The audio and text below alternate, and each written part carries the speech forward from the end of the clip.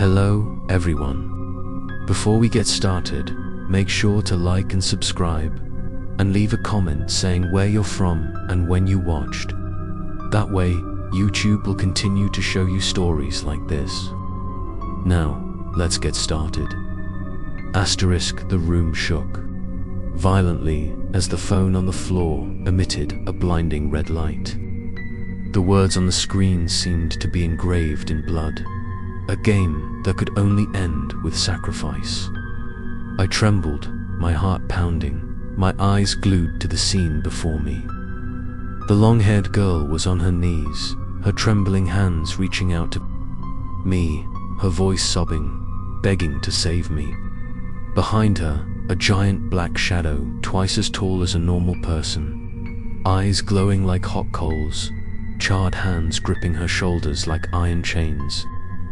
He looked at me, a crooked smile revealing broken teeth, his deep voice echoing throughout the room. "John, you must choose." I choked, my whole body trembling. The air was thick with the smell of ashes and rusty blood, making me want to vomit. The phone vibrated again. A new line appeared: save her soul or accept death instead. I backed away to the wall, my mind spinning. If I save her, I could be dragged into darkness forever. If I choose myself, I will be guilty of abandoning this soul that is crying for help. The room is getting colder and colder. My breath turns into white smoke. I scream and ask why I am dragged into this. A hoarse laugh replies, "You are the one who heard the first call, the one who dared to enter our vortex. Once it starts, there will never be a way out unless a soul is sacrificed." The girl raises her scorched face, her empty eyes brimming with thick black tears. Her voice trembles. "John, stop it. Don't let him continue." I grit my teeth, tears welling up. My trembling hand reaches out to her. But as soon as my fingers touch hers, a cold electric current shoots through my entire body. The image before my eyes changes. I see the scene of the bus accident years ago. The fire is raging, the screams of people echo. The girl is trapped in the fire.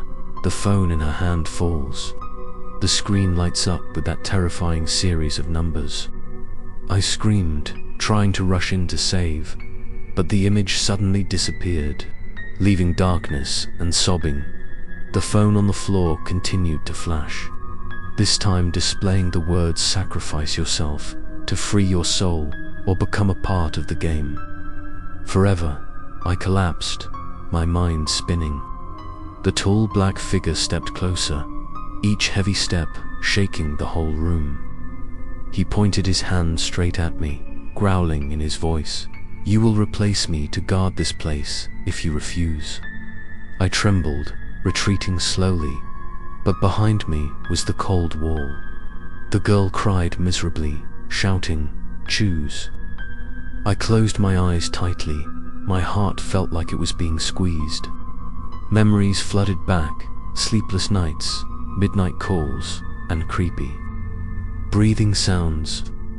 I understood that if I didn't end it, this game would continue to drag others like me into a vortex of horror. I shouted loudly, "I agree to save you." In that moment, the red light flared up, the darkness roared fiercely, the burning eyes gradually extinguished.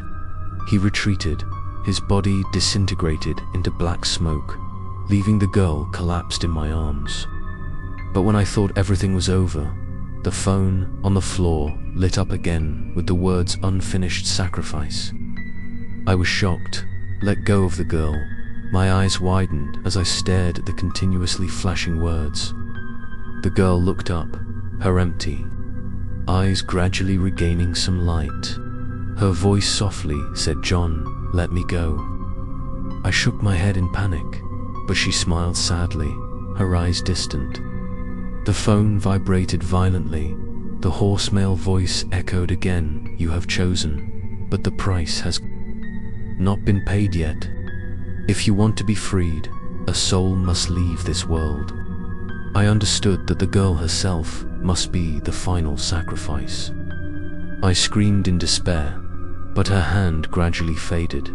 Her body dissipated into the air like smoke. The room shook. The red light suddenly went out, leaving only darkness. I collapsed to the floor.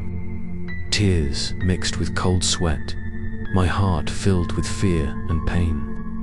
But the phone rang again, this time a gentle female voice, light as a breeze, thanking him. Then it was silent. I thought it was all over. But the phone screen lit up again, displaying a breathless line of text that the game wasn't over. It had just changed to another form. End of part 8. Please follow the next episode to see what John will face when he thinks he has won but falls deeper into the deadly game.